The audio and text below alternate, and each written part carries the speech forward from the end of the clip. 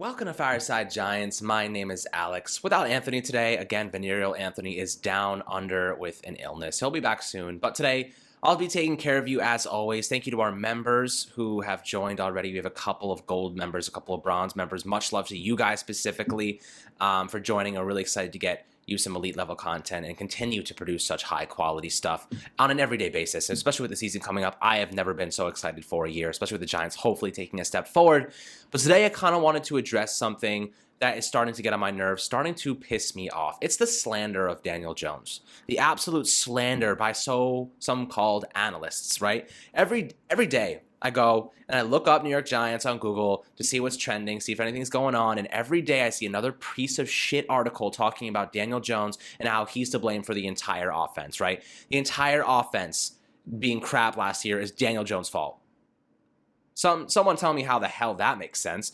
Daniel Jones is far from the only reason that offense struggled last year. And in fact, I think he was one of the more positive parts about it. Look, the fumbles, of course, the interceptions, even though he didn't have that many, the fumbles, yes, a problem. Definitely a downside. And I'm going to be objective as well. I'm not going to sit here and talk about how great Daniel Jones is when he hasn't done, exceptional things thus far in his career. But I'm also not going to sit here and act like the Giants helped him at all, right? The Giants didn't help him one single bit. And I'll tell you why. In 2019, when Daniel Jones was brought into the New York Giants, what did they give him? They gave him a rookie fifth rounder in Darius Slayton. They gave him Sterling Shepard. They traded OBJ. Hey, Daniel, welcome to the New York Giants. Also, tell your wide receiver, see you later. Tell OBJ, I don't want to play with you because he's going to Cleveland. And we're getting Jabril Peppers. We've got a couple good players now. And I'm not talking about the OBJ trade and what the value we got back. I'm talking about Daniel Jones bringing him in and then giving away his best receiver and acting like that was enough. And then going out and signing Golden Tate as a supplement. That was the biggest mistake the Giants could have made.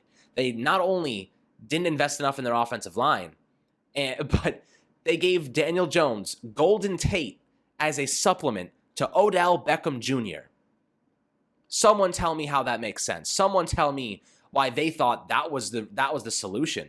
Oh, maybe because they had Saquon Barkley and he had a rookie season that was to remember, to write about. But, ever since then, Saquon's been not even on the field, injured, a lot more pressure on Saquon with OBJ going.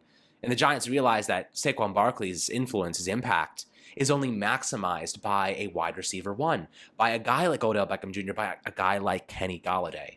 The Giants realized that this past offseason and said, okay, let's go get Kenny Golladay. Let's go get Saquon Barkley, a player who will take attention away from the backfield. They can't stack the box. We'll get another speed guy in John Ross. We'll get Kyle Rudolph. And hopefully Saquon Barkley will not be seeing stacked boxes every single freaking game now. But how does that help Daniel Jones? Well, when you have a unit, a wide receiver group, right, that lacks separation, you just play man coverage against them. You play cover one, you play cover zero, traditional run-stopping formations that rely on cornerbacks manning up across the board against receivers. Want to hear a crazy stat that pissed me off when I read it? The average separation for a receiver in the NFL last year was 3 yards. That was the average. The Giants had one player even get to average. It was Sterling Shepard, right? The Giants had one receiver that got to the average of separation yards per receiver in the NFL. Only one, and it was Sterling Shepard. Nobody else. Darius Slayton? Nope. Austin Mack? Nope. Golden Tate? No. Nobody. Golden Tate is washed, man. Every time he caught the ball, he had a couple nice catches, but when he had the ball in his hands, he wasn't doing anything flashy with it anymore. He's not breaking tackles. He's not making guys miss. He was not doing anything for Daniel Jones for the most part. Sterling Shepard's our only good receiver aside from now Kenny Golladay, Kadarius Toney. Right? I think he's the only one that proves to me, that has proven to me, he can be an adequate option day in and day out. Darius Slayton, I think he's going to be fine. He's a mid-range wide receiver too. He pushes the field vertically, a decent enough route runner. He has more potential to unlock. I want to see it though. I want to see it. I'm optimistic with Darius Slayton, but I got to see it first, right? I got to see his rookie season replayed, plus better route running, and I think he can do it. So I want to see that, but he has enough competition now. I mean, he's going to have to battle it out for that number 4 wide receiver spot. Now he has Kenny Golladay, Shepard, and Kadarius Toney right in front of him. He's going to have to battle with John Ross. He's going to have to battle with Dante Pettis. All decent enough receivers to actually at least create some sort of position battle.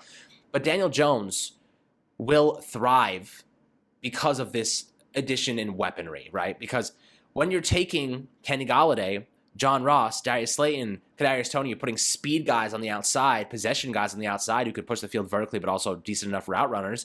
You have to play two deep safeties. You can't play cover one. You can't play cover two. You got to play more cover two man, more Tampa 2, more cover 3. You can't stack the box all the time. So who does that help?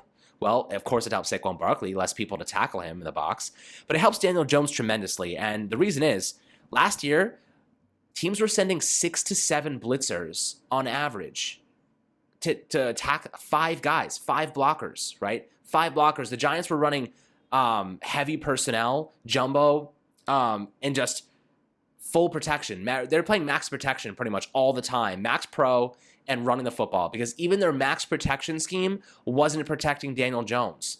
They didn't have the blockers for it. They had an offensive line that was struggling due to lack of experience, injuries. Some of them had COVID. Parrott and Will Hernandez both had COVID. Nate Solder wasn't even there. He opted out because of COVID. Andrew Thomas had an ankle injury. They didn't have any preseason. They've gone through more offensive line coaches the last 2 years than Eli Apple's played on teams, right? That's the reality of the situation. The Giants in the offensive line, it's a match made in hell. They just can't figure this thing out. But I'm optimistic now because Rob Sale is no joke, guys. Rob Sale's no joke. Coming from the Louisiana football program, tremendous coach. He comes here with an exponential plethora of knowledge as an offensive coordinator for Louisiana, but also the offensive line coach. He dual threaded there in that facet. So he understands how to work the offense and the offensive line as an individual unit. And a lot of the guys are already saying they love him. He's a great guy. He's a great teacher. They're excited to learn it from him. Nick Gates was raving about him. I'm so excited to get to pick his brain and learn more in the fundamentals and technique styles. So that's a really big positive. And that translates to Daniel Jones. But I saw an article this morning, guys, that pissed me off, man. It pissed me off. And this is from analysts that people actually trust and believe in. They consider these people's opinion. And it hurts me to watch such ignorance, such blasphemy when it comes to Daniel Jones. This is the Pro Football Network. This is PFN of NBC. People value PFN. People value these guys' opinions. And it pisses me off that when you have a voice, to use it for shit like this. This is what Pro Football Network had to say about Daniel Jones. The Giants are another roster dragged down by their quarterback. They're going to start the sentence by making a dumbass statement like that? The dumbass statement, like the Giants are another roster dragged down by their quarterback. Thank you for the lack of context. And I'll talk about the context in a second. If Jameis Winston is a Ferrari 488 that continues to blow a head gasket for some silly reason, Daniel Jones is the Ford Mustang version of that. His 39 turnovers led the league since entering the NFL in 2019. I should say that he's more like a Mustang with a massive supercharger on it because his athleticism is greater than Winston's. The Giants are in an odd situation because their roster outside of the interior offensive line is solid. I'm not sure they'll be that bad enough to secure their next quarterback into the 2022 NFL draft, even if Jones doesn't progress this season. The only thing that made any sense in this entire evaluation of Daniel Jones was the turnovers. But again, you can't use a monolith statistic to base an entire opinion around a quarterback. Yes, 39 total turnovers for Daniel Jones. Let's mention the lack of receivers, the lack of receiver separation. How can you get to your second and third receiver if there is nobody to throw to? Okay, let's say you get to your third receiver. Congratulations. He's absolutely locked the hell down, and you can't throw to him. So where are you going? You're checked down. Oh, sorry. You get to your check down. By that time, you're already buried in the dirt because your offensive line is one of the worst pass blocking units in the NFL. So yes, 39 turnovers, but you have no time to make it through your progressions. You're hot reading. You're running curls, hooks, and slants because your receivers don't have enough time to get downfield because your offensive line is offering absolutely nothing in pass blocking.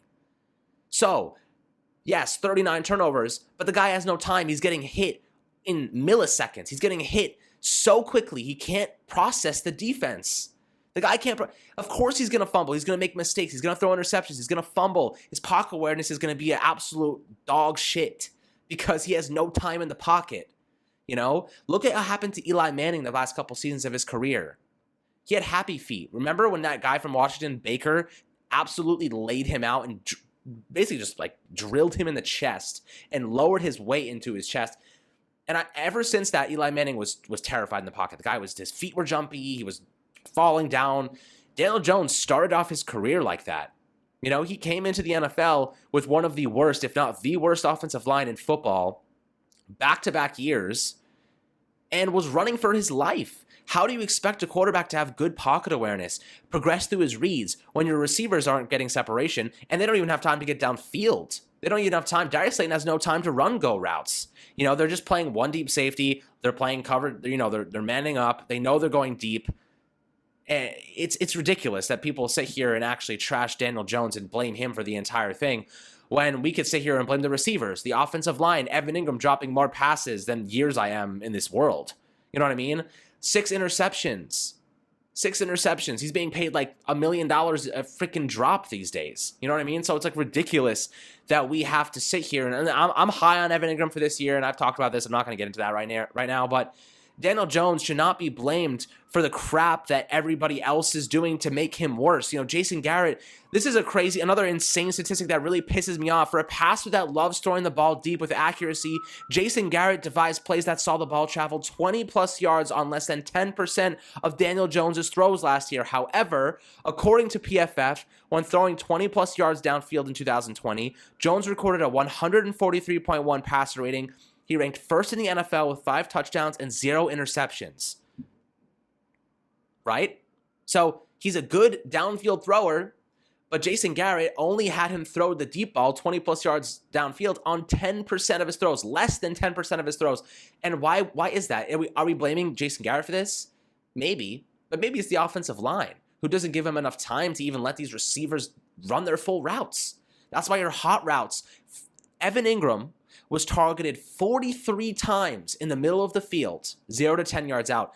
So he has no time to run past 10 yards. 0 to 10 yards, he was targeted 43 times. And Daniel Jones threw 448 passes, right? So that's one receiver in one portion of the field. That's only in the center of the field, right?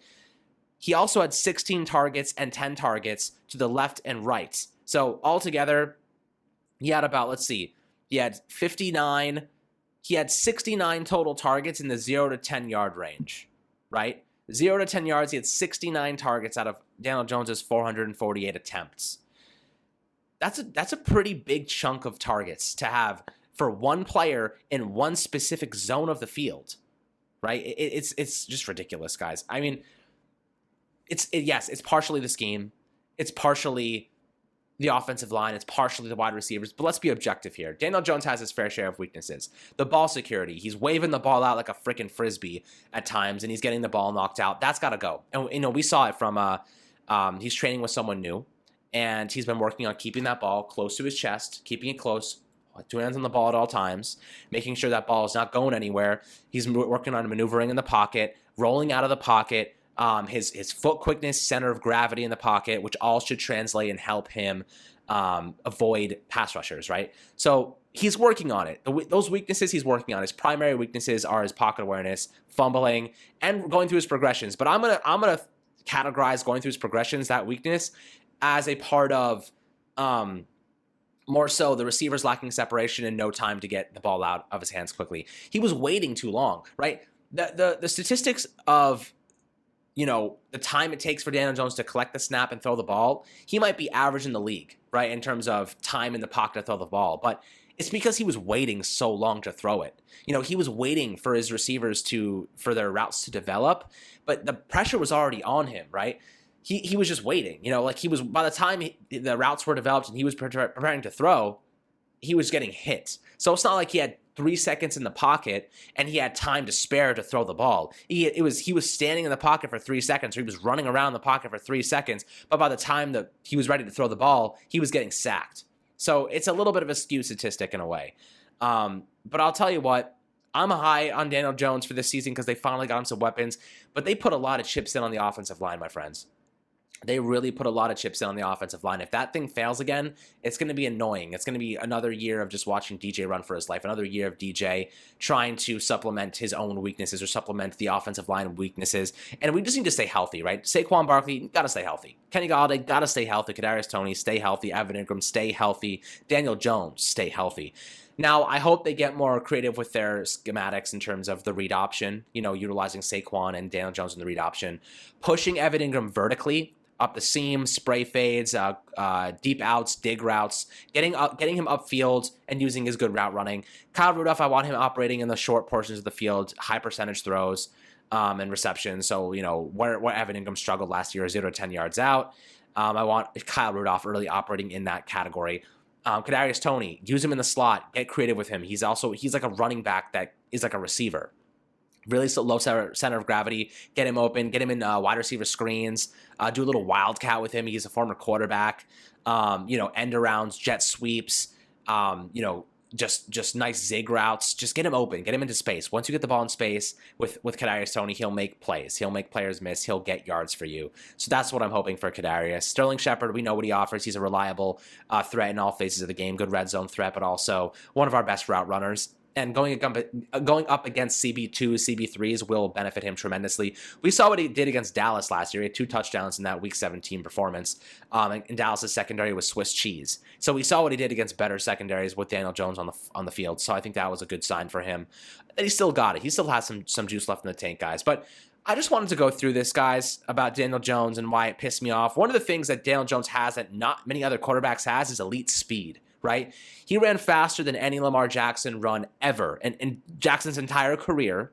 And he was only 0.06 miles per hour slower than Tyreek Hill's fastest scamper. Right? What other quarterback is running as fast as Tyreek Hill or faster than Lamar Jackson? You know what I mean? The guy has elite athletic traits, right? He's a superior athlete. We just need him to take that step forward in terms of utilizing his playmakers. And people might look at his touchdown statistic and say, oh, well, Daniel Jones only had 11 touchdowns last year. He sucked in that category. Why does he only have 11 touchdowns? Well, if you look at the running backs, let's put some context into play here. Finally, people are putting context into play because it seems that nobody wants to talk about the reality of 11 touchdowns instead of just a monolith statistic, right? So Giants running backs had at least 7 total touchdowns from 5 yards from the opponent's goal line, right? So over 7 touchdowns within the opponent's 5-yard line. Daniel Jones got them all the way there. The Giants used their running game a lot in the red zone because their offense was not great in the passing game, obviously because of the receiver issues. They're better. The offensive line was better in run blocking.